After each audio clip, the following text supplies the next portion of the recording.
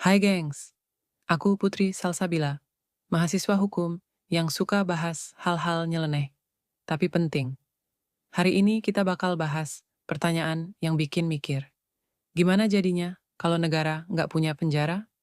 Wah, serius ini. Yuk, kita kulik bareng-bareng. Oke, pertama-tama, bayangin negara tanpa penjara.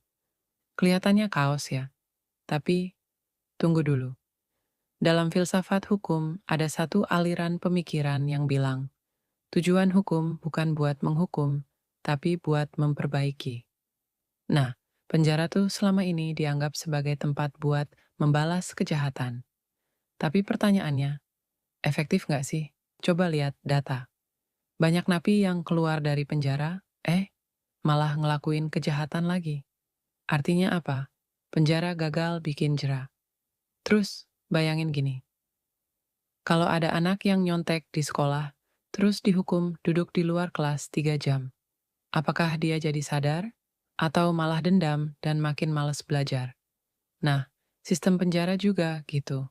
Lebih sering nyiksa mental daripada nyembuhin moral. Jadi beberapa negara mulai eksperimen nih. Contohnya Norwegia. Mereka fokus ke restorative justice, alias keadilan yang memulihkan. Bukan balas dendam, tapi pelaku diajak ngobrol sama korban. Diberi kesempatan kerja, diarahkan biar balik ke masyarakat.